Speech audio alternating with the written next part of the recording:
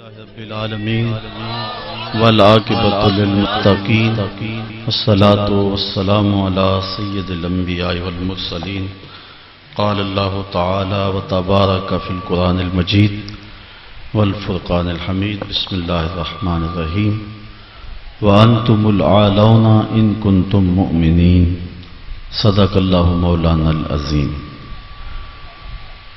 قال اللہ تعالی وتبارک فی شان حبیبہ مخبرا وآمرا ان اللہ وملائکتہ یصلون علی النبی یا ایھا الذین آمنوا صلوا علیہ وسلموا تسلیما الصلاۃ والسلام علیک یا رسول اللہ وعلی آلک واصحابک یا محبوب رب العالمین۔ تمام حمد و ثنا تعریف و توصیف اللہ جل مجدہ الکریم کی ذات بابرکات کے لیے جو خالق کائنات بھی ہے اور مالک شش جہات بھی۔ اللہ جل وعلا کی حمد و ثنا کے بعد حضور نبی اکرم شفیع امم رسول محتشم نبی مکرم صلی اللہ علیہ وسلم کے حضور ناز میں اپنی عقیدتوں، ارادتوں، محبتوں اور نیازمندیوں کا خراج پیش کرنے کے بعد عالی مرتبت ذی وقار محترم محتشم سامعین السلام علیکم ورحمۃ اللہ وبرکاتہ۔ آج کی گفتگو کا عنوان ہے زوال بندہ مومن کا بے زری سے نہیں۔ امت مسلمہ کئی صدیوں سے زوال و انحطاط کی زندگی بسر کر رہی ہے۔ عرب عجم میں امت مسلمہ کو ذبح کیا جا رہا ہے۔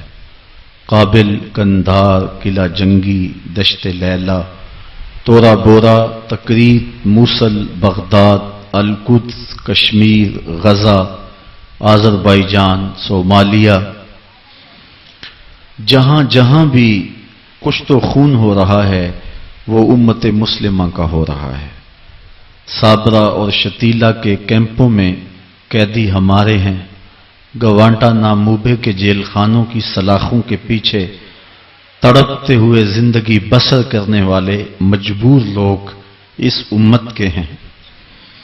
ابو غریب جیل کے اندر سسک سسک کے زندگی کی سانسیں پوری کرنے والے امت مسلمہ کے بیٹے ہیں۔ عافیہ صدیقی اس قوم کی بیٹی ہے۔ ام احمد میری قوم کی بیٹی ہے۔ اس امت کو جس اذیت ناک لمحوں سے گزرنا پڑ رہا ہے وہ کسی سے مخفی نہیں۔ اب برما میں جو حالات ہیں وہ بھی آپ دیکھ رہے ہیں۔ امت مسلمہ جتنی عددی کثرت اس وقت رکھتی ہے اس سے قبل یہ تعداد بھی اس کی نہیں ہوئی۔ دنیا کی 6.25 ارب آبادی میں سے 1 ارب 40 کروڑ اہل دین، اہل ایمان، اہل اسلام، حضور کی غلامی کا دم بھرنے والے مسلمان ہیں۔ 56-57 باقاعدہ اسلامی حکومتیں ہیں۔ خیر سے ہم ایٹمی طاقت بھی ہیں۔ ہمارے پاس وسائل کی کمی بھی نہیں۔ تیل کے بڑے ذخائر ہمارے پاس ہیں۔ زرعی ملک ہیں، لیکن اس کے باوجود دنیا کے اوپر جو ذلت، جو پستی، جو زبوں حالی کا ہمیں منہ دیکھنا پڑ رہا ہے، تاریخ عالم میں اس کی کوئی دوسری مثال نہیں ہے۔ امت مسلمہ کو دیوار کے ساتھ لگایا جا چکا ہے۔ ہمارے اوپر جو 56-57 اسلامی ملکوں کے حکمران ہیں وہ مغرب کے ایجنٹ ہیں۔ امت مسلمہ کا خون رس رہا ہے۔ اتنے مسائل ہیں کہ اگر ان مسائل کو چھیڑ کے بیٹھ جائیں تو اس کو گنتے گنتے یہ وقت گزر جائے۔ امت مسلمہ اس قعر مذلت میں کیوں گری ہے؟ آج کے تجزیہ نگار یہ کہتے ہیں کہ ہم مادی طور پہ دنیا سے بہت پیچھے رہ گئے، اس لیے آج ہم دنیا کے اوپر رسوا ہو رہے ہیں۔ ہم وہ ایجادات نہیں کر رہے ہیں جو دوسری قومیں کر رہی ہیں. ہمارے پاس معاشی وسائل وہ نہیں ہیں جو دوسری قوموں کے پاس ہے. علامہ اقبال نے امت کے اس دکھڑے کو بڑی دیر قبل بیان کیا، اور اقبال ایسا شخص ہے جس کو حکیم الامت کہتے ہیں. امت کے درد کو بھی جانتا ہے، مرض کو بھی جانتا ہے، علاج کو بھی جانتا ہے. امت اس قار مذلت میں کیوں گری اور اس رسوائی کا شکار کیوں ہوئی؟ اقبال کہتا ہے کہ زوال بندہ مومن کا بے زری سے نہیں. اس کو اگر یہ سمجھا جائے کہ دولت کی قلت سے ہم رسوا ہو رہے ہیں تو یہ کوئی بات نہیں ہے. اگرچہ اس دور میں معیشت ایک اہم چیز ہے. جو لوگ معاشی طور پہ پسماندہ ہوتے ہیں اس معاشرے میں ان کو خاطر خواہ توجہ نہیں دی جاتی، لیکن امت مسلم کے زوال کا سبب مادیت نہیں ہے، اس لیے کہ اس کی بنیادیں مادیت سے مضبوط نہیں کی گئی ہیں، اس کی بنیادوں میں روحانیت رکھی گئی ہے. اس کے زوال کا سبب دین سے دوری ہے. امت مسلمہ کی رسوائی اور پستی کا سبب اس مرکز سے اپنے رشتے کو کمزور کر لینا ہے جس نے ان کو عزت دی، سرفرازی دی، تعظیم دی اور توقیر فراہم کی. باقی رہی بات غربت و امارت کی، اسلام کی تاریخ میں ہم نے یہ سارے دور دیکھے ہیں، لیکن امت مسلمہ کے لیے یہ چیزیں جو ہیں وہ ثانوی حیثیت رکھتی ہیں. اس زمانے کی کہانی بھی ہمیں یاد ہے جب ہمارے پاس پہننے کے لیے کپڑے بھی نہیں تھے، پیوند لگے لباس پہنتے تھے. وہ وقت بھی ہمیں یاد ہے جب ہمارے پاس 2 گھوڑے تھے، 6 زرہیں تھیں، 8 تلواریں تھیں، 70 اونٹ تھے، اور ہمارے مقابلے کے اندر جو دشمن آیا تھا ان کے پاس 100 زرہ پوش نوجوان تھا. 950 کی تعداد کے اندر ان کا لشکر تھا. ان کے پاس گانے والی رنڈیاں بھی تھیں اور دادے عیش دینے والے ان کے پاس نغمے اور مزراب بھی تھے. کھانے پینے کے سامان بھی وافر تھے. ادھر فاقہ مست لوگ جس کھجور کو چوس کے روزہ رکھتے تھے اسی کھجور کو چوس کے روزہ افطار کرتے تھے. کیا بلال امیر تھا؟ کیا سلمان فارسی امیر تھا؟ کیا ابو ذر غفاری کسی امیر شخص کا نام ہے؟ کیا بدن کے اوپر پیوند لگے لباس پہننے والے وہ فاقہ مست کیا امراء کی فہرست میں آتے تھے؟ ہمیں تو وہ کہانی بھی اسلام کی غربت کی یاد آتی ہے کہ جب احد کے اندر 70 شہیدوں کے لاشیں پڑے ہوئے ہیں تو حضرت صفیہ حضور کی پھپھی اپنے بھائی حمزہ کے لیے 2 چادریں لے کر کے کفن کی آتی ہے. تو حضور علیہ السلام نے فرمایا کہ جس قبر میں حمزہ کو دفن کیا جائے اسی قبر میں مصعب بن عمیر کو بھی کفن دیا جائے اور دفن کیا جائے. اور کہا میرے چچا کے لیے اس کی جو بہن میری پھپھو جو 2 چادریں لے آئی ہے، کہا 1 چادر ہم مصعب بن عمیر کو دیں گے. یہ مصعب بن عمیر کون ہے؟ تاریخ پڑھو، کتنی دل آویز تاریخ ہے. مکے میں ایک امیر ترین خاتون ہے جس کے بیٹے کا نام مصعب ہے، اور وہ اپنے بیٹے کو اتنا خوبصورت لباس پہناتی ہے اور اتنے خوبصورت خوشبو اور عطر اس کو لگاتی ہے کہ مصعب بن عمیر جن گلیوں سے گزرتے تھے دیر تک وہ گلیاں مہکتی رہتی تھیں. لوگ کہتے تھے یہاں سے مصعب گزر کے گیا ہوگا اس لیے یہ گلیاں مہک رہی ہیں. اچھا پھر مصعب پہ نظر پڑتی ہے میرے محمد عربی کی تو مصعب بن عمیر حضور کی زلفوں کا اسیر ہو جاتا ہے. ماں کافرہ ہے، جب پتہ چلتا ہے تو اس کا لباس بھی چھین لیتی ہے، سہولتیں اور آسودگیاں بھی واپس لے لیتی ہے. پھر وہ وقت بھی آیا کہ مصعب بن عمیر حبشہ کی جانب ہجرت کر جاتے ہیں. مکے کے حالات کچھ تھوڑے سے خوشگوار نظر آئے تو وہ حبشہ سے واپس مکے جب پلٹے تو ان کے بدن پہ جو چادر تھی وہ جگہ جگہ سے پٹی ہوئی تھی. میرے آقا کریم علیہ السلام نے دیکھا تو حضور کی آنکھوں میں آنسو ٹپکنے لگے. کہا یہ وہی مصعب ہے جو اتنا خوش پوش نوجوان تھا کہ میں نے پورے مکے میں اس سے خوبصورت لباس پہننے والا کوئی دوسرا شخص نہیں دیکھا، اور آج میرے مصعب کو پہننے کے لیے جو چادر میسر ہے وہ بھی جگہ جگہ سے پھٹی ہوئی ہے۔ یہ اسلام کی غربت کی کہانی ہے، اور آج احد میں یہی مصعب بن عمیر شہید ہو جاتے ہیں اور ان کے لیے کفن بھی دستیاب نہیں ہے۔ حضور نے کہا جو میرے چچا کے لیے 2 چادریں لائی ہیں ان میں سے ایک کا کفن مصعب کو دے دو نا، اور دوسری چادر سے کفن میرے چچا کو دے دیا جائے۔ اچھا، حضرت مصعب کے لیے بڑی چادر رکھ دی گئی، اور حضرت امیر حمزہ کے لیے جو چادر تھی وہ چھوٹی تھی، اگر سر ڈھانپتے تھے تو پاؤں ننگے ہو جاتے، اگر پاؤں ڈھانپتے تھے تو سر ننگا ہو جاتا۔ حضور نے فرمایا میرے چچا کا سر ڈھانپ دو اور پاؤں کے اوپر اذخر نامی گھاس ڈال دو۔ میں یہ اسلام کی غربت کی کہانی تمہیں سنا رہا ہوں، جب میرے رسول کے چچا کے لیے پورے کفن کا ٹکڑا بھی دستیاب نہیں تھا، اسلام اس وقت بھی عزت پا گیا تھا، اسلام اس وقت بھی ذلیل نہیں تھا، اسلام اس وقت بھی سربلند تھا، اور اسلام اس وقت بھی عزتوں کی مسند پہ تھا۔ یہ اسلام کا وہ دور ہے کہ جب حضور مسجد نبوی سے باہر نکلتے ہیں تو آگے حضرت عمر و ابو بکر رضی اللہ تعالی عنہما کھڑے ہیں، چہرے کے اوپر عجیب اداسی ہے۔ کہا عمر، ابو بکر اس وقت کیوں کھڑے ہو؟ عرض کی حضور بھوک نے گھر میں ٹکنے نہیں دیا، ہم نے چاہا حضور کا چہرہ دیکھ لیں تو کچھ پیاس بجھ جائے، کچھ بھوک مٹ جائے۔ حضور نے فرمایا میرا حال بھی یہی ہے، جس چیز نے تجھے گھروں سے نکالا ہے وہی چیز مجھے گھر سے نکال لائی ہے۔ چلتے ہوئے حضرت ابو ایوب انصاری کے گھر کے قریب سے گزرے،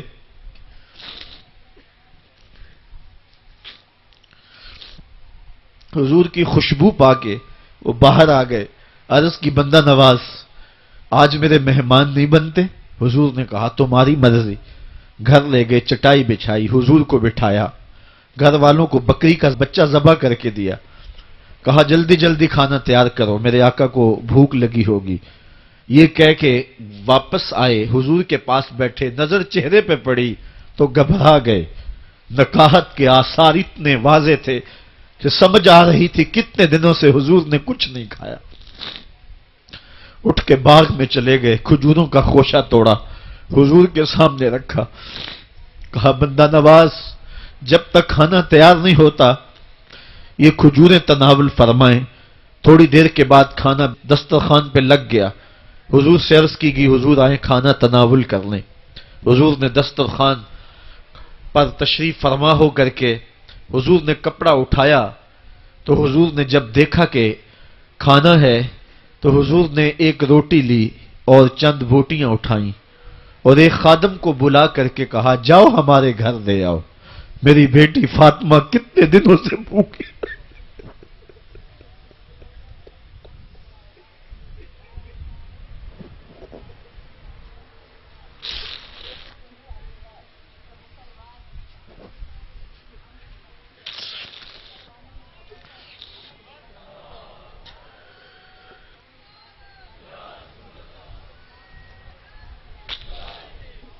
کہا جاؤ ہمارے گھر دے آؤ، میری فاطمہ کتنے دنوں سے بھوکی بیٹھی ہوئی ہے۔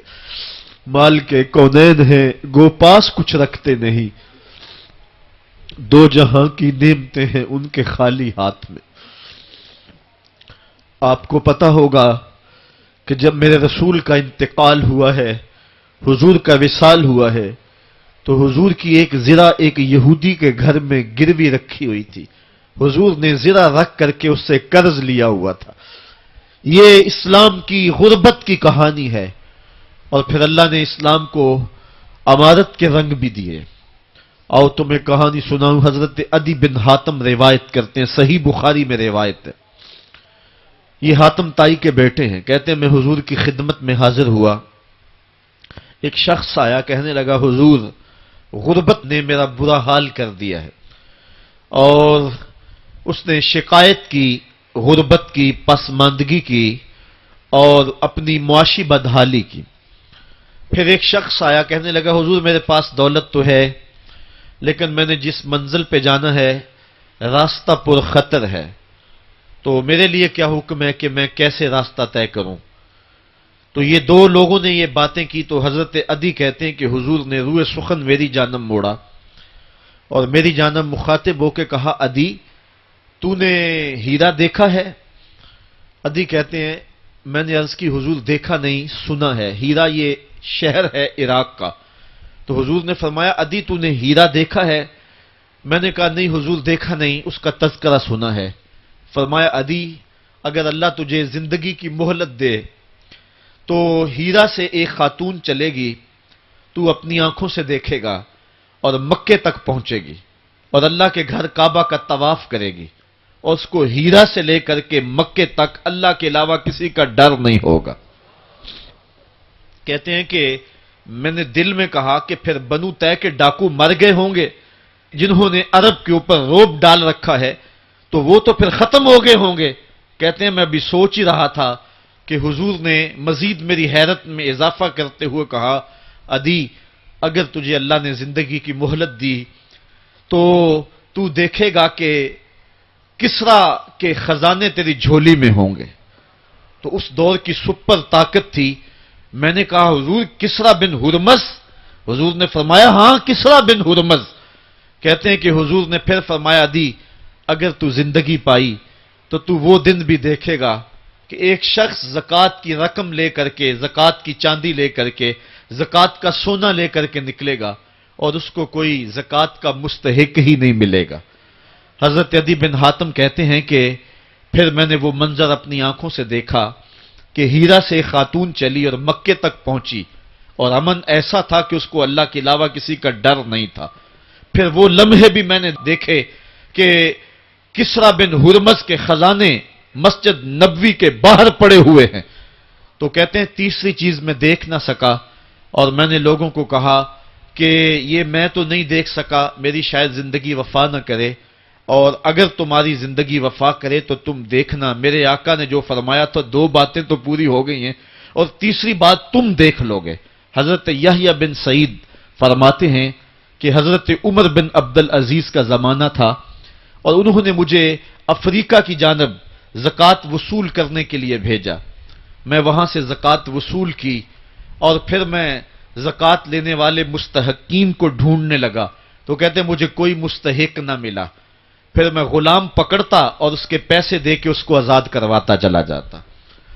حضرت عمر بن عبد العزیز کا زمانہ ہے کہ گورنر ہے عراق کا، وہ حضرت عمر بن عبد العزیز کو لکھتا ہے کہ اتنی رقم ہے، اس کا کیا کرنا ہے؟ تو عمر بن عبد العزیز کہتے ہیں رقم لے کے یہاں نہ آنا، وہاں عراق کے لوگوں میں بانٹ دو، جو زکوٰۃ کے مستحق ہیں ان کو تقسیم کر دو۔ تو گورنر لکھتا ہے جو مستحق ہے ان کو دے دی، اب کوئی مستحق نہیں رہا تو میں کیا کروں؟ تو حضرت عمر بن عبد العزیز کہتے ہیں جو مقروض ہیں ان کا قرض اتار دو۔ تو کہتے ہیں کہ ہاں قرض بھی میں نے اتار دیا ہے، رقم پھر بھی بچ رہی ہے، کیا کروں؟ تو حضرت عمر بن عبد العزیز نے پھر لکھا جو شخص شادی کرنا چاہتے ہیں ان کا حق مہر ادا کر دو۔ میں نے کہا کہ وہ بھی کر دیا ہے، رقم پھر بھی بچ گئی، اب کیا کروں؟ تو حضرت عمر بن عبد العزیز نے مجھے لکھا کہ جو غیر مسلم ہیں جنہوں نے ٹیکس دیا ہوا ہے، جتنا ٹیکس دیا ہے اس سے دگنے پیسے ان کو قرضے میں دے دو اور ان کو کہو جاؤ اس کا کاروبار کرو، کھیتی باڑی کرو، اور ساتھ انہیں یہ بھی کہہ دینا قرض کی فکر نہ کرنا اور زیادہ اس میں پریشان نہ ہونا، جب دے سکو گے دے دینا۔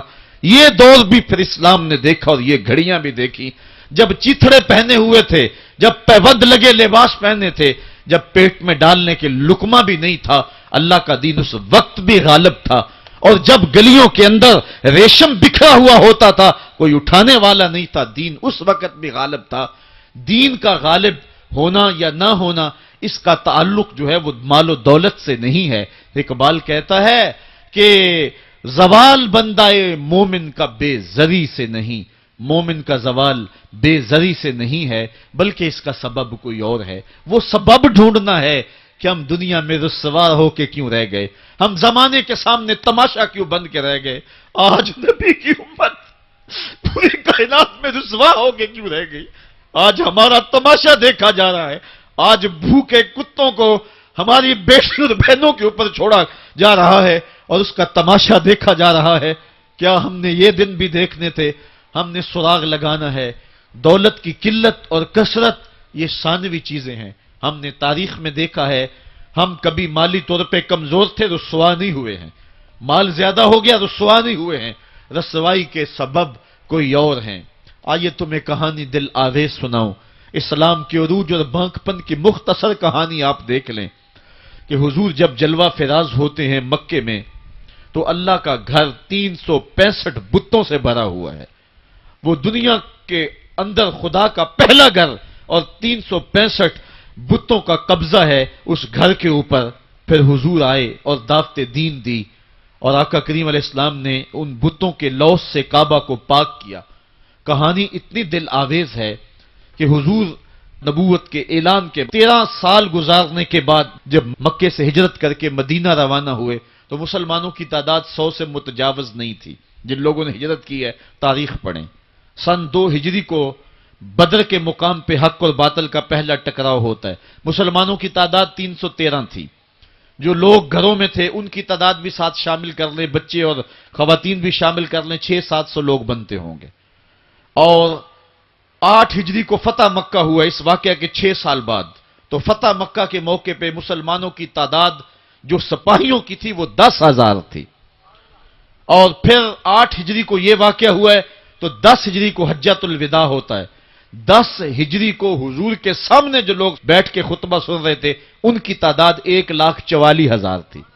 اور جو گھروں میں لوگ شامل تھے ان کو بھی ملائیں تو 6 لاکھ تک پہنچتی ہے. حضرت صدیق اکبر رضی اللہ تعالیٰ عنہ 2 سال 2 ماہ اور کچھ دن تخت خلافت پہ رہے ہیں.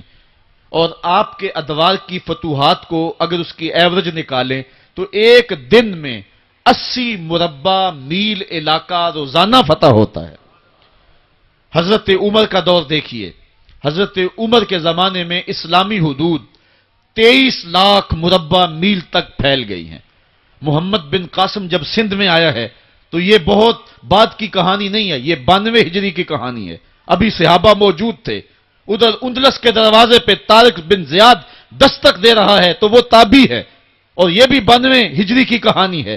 ادھر سندھ تک مسلمان پہنچ گئے، ادھر وہاں تک پہنچ گئے. آپ چائنا میں جا کے دیکھیں حضرت سعد بن ابی وقاص صحابی کی قبر وہاں ہے، وہ وہاں تک پہنچے. ماوراء نہر کا علاقہ بھی فتح ہو گیا، ادھر آرمینیا تک پہنچے. یہ تھوڑے سے عرصے کے اندر عظیمتوں کی کیسی داستان رقم کی.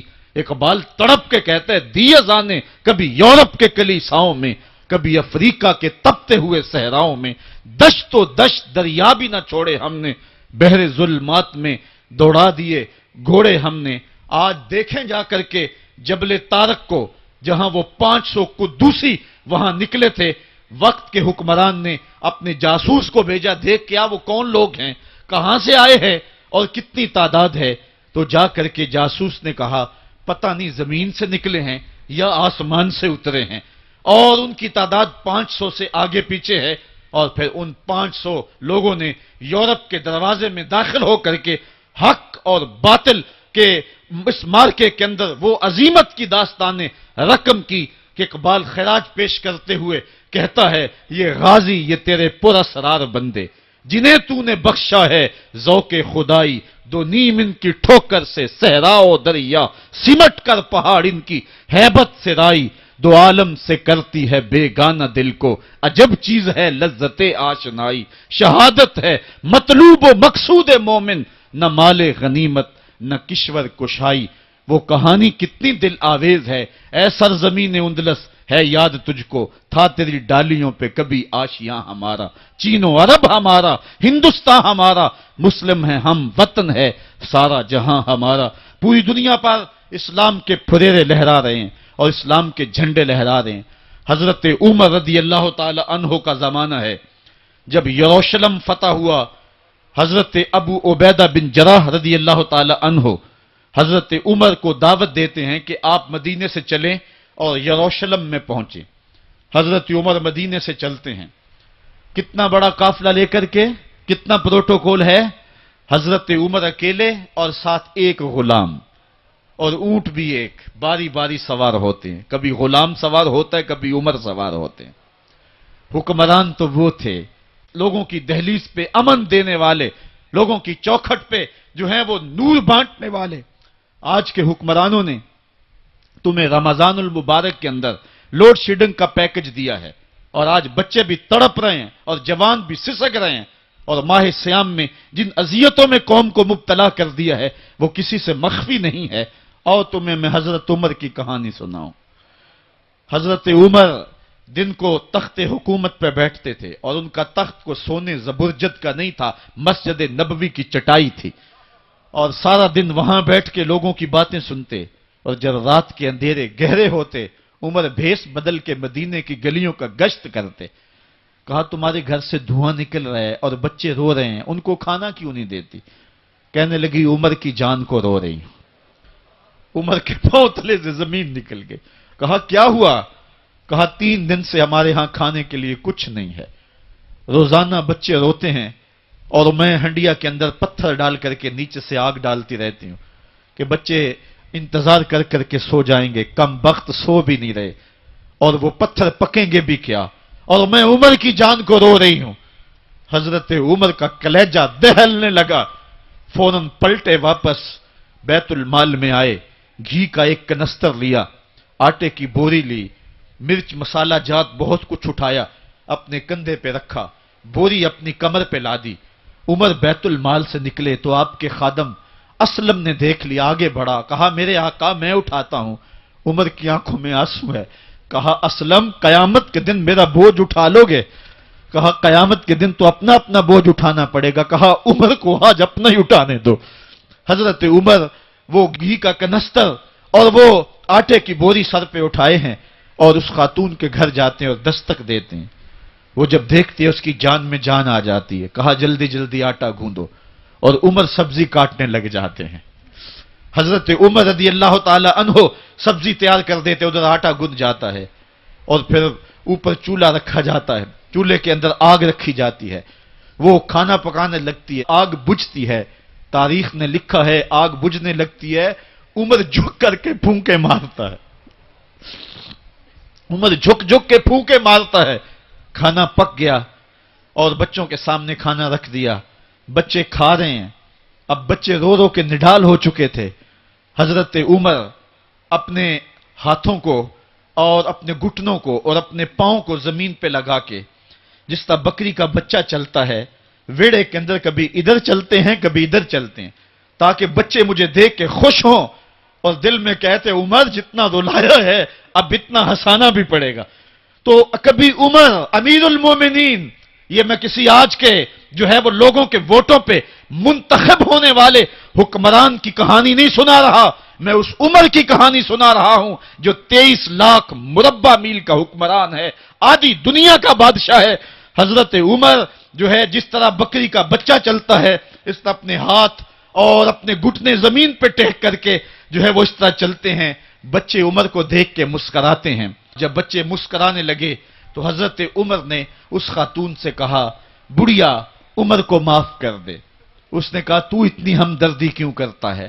کہا عمر بیچارہ بڑا پھنسا ہوا ہے، فکر ہے اس کو یرموک و فسطاط و حلوان کی، جب فتح ہے مصر تو تیاری ہے ایران کی، آتے جاتے وفد سے ملاقات بھی کرتا ہوگا، آتے جاتے وفد سے ملاقات بھی کرتا ہوگا، اور شب کو معلوم حالات بھی کرتا ہوگا، کانٹوں میں الجھی ہوئی بیچارے کی جان ہے، نیند اس کو بھی آتی ہے، آخر وہ انسان ہے، میری بہن عمر کو معاف کر دے۔ اس نے کہا نانا عمر کی بات میرے سامنے نہ کر، قیامت کا دن ہوگا، عمر کا گریبان ہوگا اور میرا ہاتھ ہوگا۔ جب اس نے یہ بات کہی تو عمر برداشت نہ کر سکے، بچوں کی طرح بلک بلک کے رونے لگے۔ کہا وہ بد نصیب عمر تیرے سامنے ہے، آج ہی کہلا جو کہنا ہے، قیامت کے دن مجھے معاف رکھنا۔ اس نے کہا تو عمر ہے؟ کہا بد نصیب عمر تیرے سامنے کھڑا ہوں۔ میرے عمر کہتے ہیں اگر دجلہ کے کنارے ایک بکری کا بچہ بھی پیاسا مر گیا، اس کا حساب بھی عمر سے لیا جائے گا۔ اللہ اکبر۔ میں اس حضرت عمر کی کہانی سنانے لگا تھا۔ حضرت عمر نکلے یروشلم میں، ایک اونٹ ہے، ایک غلام ہے، کبھی وہ سوار ہوتا ہے، کبھی آپ باری مقرر کی ہے۔ جب قریب پہنچے یروشلم کے تو عمر کی باری نکیل پکڑنے کی اور غلام کی باری اوپر سوار ہونے کی آ گئی۔ غلام نے کہا آقا میں مرضی سے اپنی باری چھوڑتا ہوں، آپ آ جائیں، دشمنوں کے مفتوحہ علاقے میں آ رہے ہیں، تازہ تازہ علاقہ فتح ہوا ہے، اسلام کی شان و شوکت ظاہر ہو۔ عمر نے کہا اسلام کی شان و شوکت ایسے ظاہر نہیں ہوتی ہے، اپنی باری پہ تم بیٹھو گے، اپنی باری پہ میں بیٹھوں گا۔ لوگ منتظر کھڑے ہیں، دور سے جب دیکھا کہا اس کی ہیبت سے کانپتے تھے ہم، یہ تو کوئی حبشی لگتا ہے، رنگ کالا ہے، ہونٹ موٹے ہیں، اس سے تو زیادہ حسین اس کا غلام ہے جو آگے آگے چل رہا ہے۔ حضرت ابو عبیدہ نے کہا دھوکہ کھا رہے ہو، ہمارا آقا وہ نہیں ہے جو اونٹنی کے اوپر سوار ہے، ہمارا آقا وہ ہے جو لگام تھامے آگے آگے چل رہا ہے۔ حضرت عمر رضی اللہ تعالیٰ عنہ کو آگے بڑھ کے جابیہ کے مقام پہ حضرت ابو عبیدہ بن جراح نے استقبال کیا، تو حضرت عمر آگے بڑھے اور انہوں نے آگے بڑھ کر کے حضرت ابو عبیدہ کے دونوں کندھوں پہ ہاتھ رکھا، اور سنو حضرت عمر نے کیا کہا لا الہ الا اللہ انا کنا اذل قوم فاعزنا اللہ بالاسلام، کہا کہ لا الہ الا اللہ، اے ابو عبیدہ بن جراح، ہم ایک ذلیل قوم تھے اور اللہ نے ہمیں اسلام کی وجہ سے عزت عطا کی ہے۔ اور میں تمہیں ایک تاریخ ساز بات کہنے لگا ہوں، اور وہ یہ ہے کہ جب تک ہم اس عزت والے اسلام کے دامن کو تھامے رہیں گے ہماری عزت قائم رہے گی، اور جب اسلام کے علاوہ کسی اور جگہ سے عزت ڈھونڈیں گے تو رسوا کر کے رکھ دیے جائیں گے۔ یہ ہے وہ خلاصہ جو حضرت عمر نے امتوں کے عروج و زوال کا بیان کیا ہے۔ اس امت کو جو خیرات ملی ہے تخت و تاج کی، وہ پینٹاگون سے نہیں ملی، وہ واشنگٹن سے نہیں ملی، وہ وائٹ ہاؤس سے نہیں ملی، وہ محمد عربی کے جوڑوں کا صدقہ ملی ہے۔ اس لیے جب ہم نے اسلام سے انحراف کیا، پاکستان حاصل کیا گیا تھا، پاکستان کا مطلب کیا؟ لا الہ الا اللہ، ہم نے اس نعرے کو چھوڑ دیا ہوا ہے، ہم نے انحراف کر دیا ہے۔ آج ہماری نظریں مغرب کی طرف لگی ہیں کہ تخت و تاج اس سے نصیب ہوتے ہیں، اور دنیا کے اوپر ہم رسوا ہو کے رہ گئے۔ ہماری پستی، ہماری زبوحالی، ہماری ذلت کا سبب یہ ہے کہ جس جگہ سے ہمیں عزت ملی تھی ہم نے وہ مرکز ہی چھوڑ دیا ہے۔ اس مرکز حیات کو، اس مرکز زندگی کو، اس مرکز عزت کو ہم نے چھوڑ دیا ہے، اور دنیا کے اوپر ہم رسوا ہو رہے ہیں۔ انہی حضرت عمر کی کہانی ہے، وادی تہامہ سے گزر رہے تھے کہ بچوں کی طرح بلک بلک کے رونے لگے۔ کہا عمر جوان آدمی ہو اور بچوں کی طرح بلک کے رو رہے ہو؟ کہا تم نہیں جانتے، مجھے بچپن کی کہانی یاد آ گئی۔ کہا کیا کہانی ہے؟ کہا یہی عرض تہامہ تھی، میرے باپ خطاب نے مجھے 5 اونٹ دیے تھے، کہا انہیں لائن میں کھڑا کرو سیدھا، میں آگے والا سیدھا کرتا تھا، پیچھے والا ٹیڑھا ہو جاتا، پیچھے والا سیدھا کرتا، آگے والا ٹیڑھا ہو جاتا، میرے باپ خطاب نے مجھے بڑا مارا۔ کہا ایک عرب کے بیٹے ہو کے تم سے 5 اونٹ لائن میں کھڑے نہیں ہوتے؟ کہا ایک زمانہ عمر پہ وہ تھا کہ اس سے 5 اونٹ لائن میں کھڑے نہیں ہوتے تھے، اور آج شرق سے لے کر غرب تک 23 لاکھ مربع میل کی حکمرانی اور انسان بھی لائن میں کھڑے ہیں۔ یہ محمد عربی کے جوڑوں کا صدقہ نہیں ہے تو اور کیا ہے؟ عمر سے تو 5 اونٹ لائن میں کھڑے نہیں ہوتے تھے۔ تو یہ عزتیں، یہ تخت و تاج، یہ حکومتیں ہمیں حضور کی دہلیز سے ملی ہیں۔ جب ہم نے اس دہلیز کو چھوڑ دیا تو دنیا کے اوپر رسوا ہو گئے اور ذلیل کر کے رکھ دیے گئے۔ آج ہماری حالت یہ ہے کہ غیر بھی ہمیں تانے دے رہے ہیں۔ میرا ایک دوست پچھلے دنوں کے اندر ننکانہ صاحب گیا تو وہ مجھے آ کر کے جو کہانی سنانے لگا، اس کی آنکھوں میں نمی تھی اور اس کے لہجے میں بے پناہ درد تھا۔ کہنے لگا کہ مجھے شوق دامن یہ ہوا کہ میں یہاں سکھوں کا گردوارہ بھی دیکھوں۔ کہتے میں اسی شوق میں ان کا گردوارہ دیکھنے چلا گیا، تو جب گردوارے کی سیڑھیاں آئیں تو میں جوتے اتارے اور میں سوچ رہا تھا کہ ان کو سمیٹ کے کہاں سنبھالوں، تو ایک شخص آگے بڑھا اور مجھے کہنے لگا کہ آپ تسلی سے جائیں، یہ گردوارہ ہے، مسلمانوں کی مسجد نہیں ہے۔ تو کہتا کہ میرا کلیجہ پھٹنے لگا کہ ہم اس قدر اخلاقی پستی کا شکار ہو گئے ہیں، کیونکہ جواب تو میرے پاس نہیں تھا جو اس کو میں دے سکتا، کیونکہ ہماری حالت بین ہی یہی ہے۔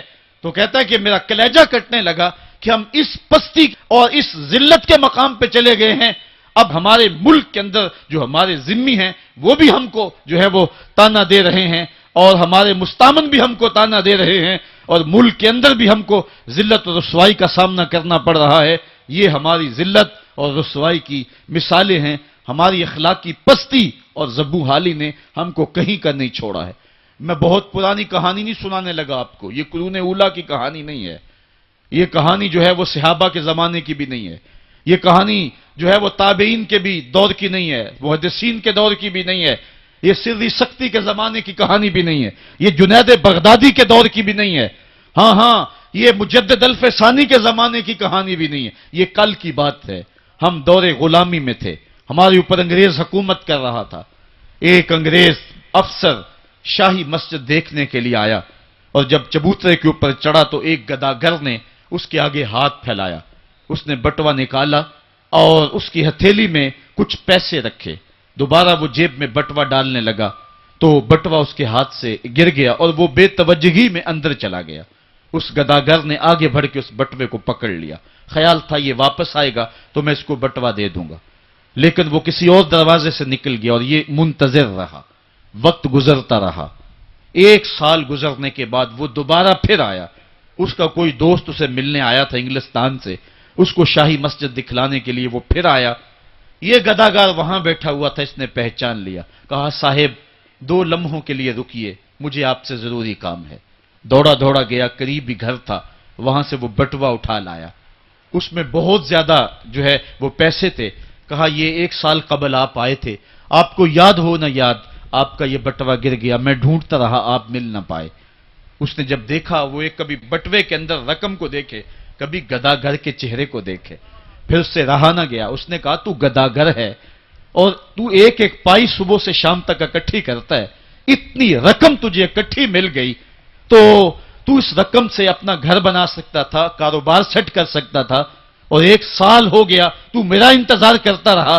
اس نے کہا بابو بات رقم کی نہیں ہے، تو عیسائی ہے اور میں مسلمان ہوں۔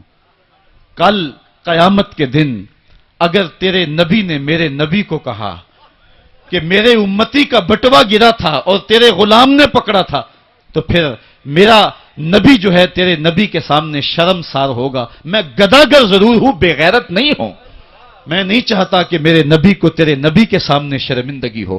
یہ تو گداگروں کی کہانی ہے، آج شاہوں کی کہانیاں سناؤں تو کلیجہ منہ کو آئے، آج وزیروں کی کہانیاں سناؤں تو کلیجہ پھٹنے لگے، آج آیان سلطنت پہ براجماں تخت شاہی پہ بیٹھے ہوئے، آج یہ وزراء، آج یہ افسر، آج یہ وڈیرے، ان کی کہانیاں چھیڑ بیٹھوں تو کلیجہ پھٹنے لگے۔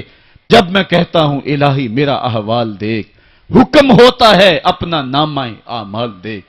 میں نے اصلاح امت کانفرنس کے موقع پہ آپ کو یاد ہوگا کہا تھا کہ یہ تو کرم ہے محمد کی زلفوں کا کہ ہمارے اوپر پتھر نازل نہیں ہوتے، ورنہ جو حال ہم نے کر دیا ہے اور جس اخلاقی انحطاط کا ہم شکار ہیں، ہمارے اوپر تو آسمان ٹکڑے ہو کے برستا۔ اگر ان کی رحمت نہ ہو درمیاں میں، ابھی آگ لگ جائے دونوں جہاں میں۔ اقبال کہتا ہے زوال بندہ مومن کا بے زری سے نہیں، یہ نہیں ہے مسئلہ، مسئلہ پستی ہے، زبونحالی ہے، تعلیمی انحطاط ہے، عملی انحطاط ہے، مرکز سے جو ہے وہ دوری ہے، دامن رسالت ماب کو چھوڑ دیا ہے، پھر رسوائیاں مقدر نہیں ہوں گی تو کیا ہوں گی۔ آئیے ابھی بھی موقع ہے، توبہ کا دروازہ بند نہیں ہوا، رب سے بھی معافی مانگ لیں، گنبد خضرا کے مکین کے حضور بھی ہاتھ جوڑ کے کہیں چھوڑ کے آپ کا دامن رحمت، آقا ہم سے بھول ہوئی، کھو دی اپنی قدر و قیمت، آقا ہم سے بھول ہوئی، دیکھ ہماری آنکھ مچولی، اپنے سینے اپنی گولی، بھول گئے ہم درس اخوت، آقا ہم سے بھول ہوئی، دنیا کے ٹھکرائے ہوئے ہیں، تیرے در پہ آئے ہوئے ہیں، کھول دے اپنا باب رحمت، آقا ہم سے بھول ہوئی۔ آج وہ شعر مجھے پوری طرح یاد نہیں آ رہے جو بچپن میں پڑھ پڑھ کے رویا کرتے تھے، وہ کیا کمال کسی نے کہا ہن جے رونا تے اکھاں وچوں ہنیرا جاندہ نہیں نور جاندہ ہے۔ آج امت جس زبونحالی میں پہنچ گئی، ہن جے رونا تے اکھاں وچوں ہندیرا جاندہ نہیں نور جاندہ ہے۔ میں بدبخت نو ویکھ کے میرا سایہ بھی میتھوں دور جاندہ ہے۔ میں پاپی مجرم، میں میلا اتھرو، میں پاپی بندہ، حضور معافی، حضور معافی، حضور معافی، حضور معافی، تساں سی ڈکیا جنہ کماں تھی، حضور جی میں او کر گیا واں، گناہاں دی دل دل دے اندر گل میں تیکر اتر گیا واں، تہاڈے حکماں نو چھڈ کے آقا میں جیندا کتھے ہاں مر گیا واں، حضور معافی، حضور معافی، حضور معافی، حضور معافی۔ علامہ اقبال فرماتے ہیں آؤ اگر تم دوبارہ اسی عروج کو دیکھنا چاہتے ہو تو دامن مصطفیٰ کو تھام لو. سارا فلسفہ اقبال نے اپنے اس ایک شعر میں نچوڑا ہے. شکوہ اور جواب شکوہ اقبال کی امت کی کہانی ہے جو رب سے کہی ہے. شکوے میں کہتا ہے تیرے کعبے کو جبینوں سے بسایا ہم نے، نو انسانی کو غلامی سے چھڑایا ہم نے، پھر بھی ہم سے گلا ہے کہ وفادار نہیں، ہم وفادار نہیں، تو بھی تو دلدار نہیں. لیکن جواب شکوہ میں جب جواب آتا سارا نشہ اترتا ہے. صیغہ بدلا، لفظ وہی ہیں. میرے کعبے کو جبینوں سے بسایا کس نے، نو انسانی کو غلامی سے چھڑایا کس نے، صفائے دہر سے باطل کو مٹایا کس نے، میرے قرآن کو سینوں سے لگایا کس نے. تھے تو آباب تمہارے ہی مگر تم کیا ہو، ہاتھ پہ ہاتھ درے منتظر فردا ہو. واعظ قوم کی وہ پختہ خیالی نہ رہی، برق طبعی نہ رہی، شعلہ مکالی نہ رہی. رہ گئی رسم آزاں روح بلالی نہ رہی، فلسفہ رہ گیا تلقین غزالی نہ رہی. مسجد مرثیہ خواہیں کہ نمازی نہ رہے، یعنی صاحب اوصاف وہ حجازی نہ رہے. تو اقبال نے اپنے جواب شکوے کو یہاں آ کر کے روکا. صدا ادھر سے آ رہی ہے، امت کو علاج دیا جا رہا ہے. اقبال کے سارے فلسفے کا نچوڑ یہ ہے کہ محمد سے وفا تو نے تو ہم تیرے ہیں، یہ جہاں چیز ہے کیا لوح و قلم تیرے ہیں. پھر لوح بھی تیرے ہاتھ میں دے دیں گے، قلم بھی تیرے ہاتھ میں پکڑا دیں گے، تختی بھی تیرے پاس ہوگی، قلم بھی تیرے پاس ہوں گے. پھر تیری تقدیر کے فیصلے واشنگٹن میں نہیں ہوں گے. پھر خدا بندے سے خود پوچھے گا بتا تیری رضا کیا ہے. تو ہم نے ان راہوں کا مسافر بننا ہے.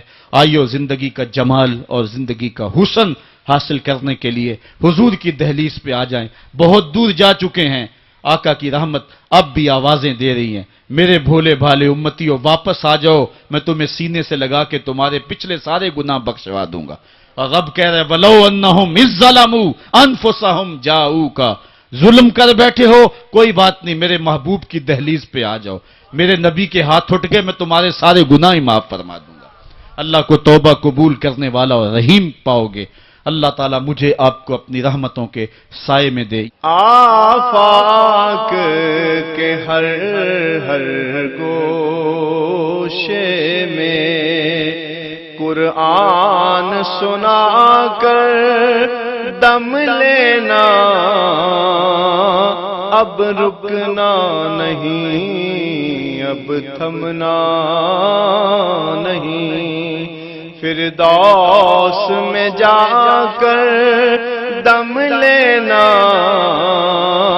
آفاق کے ہر ہر گوشے میں قرآن سنا کر دم لینا، اب رکنا نہیں، اب تھمنا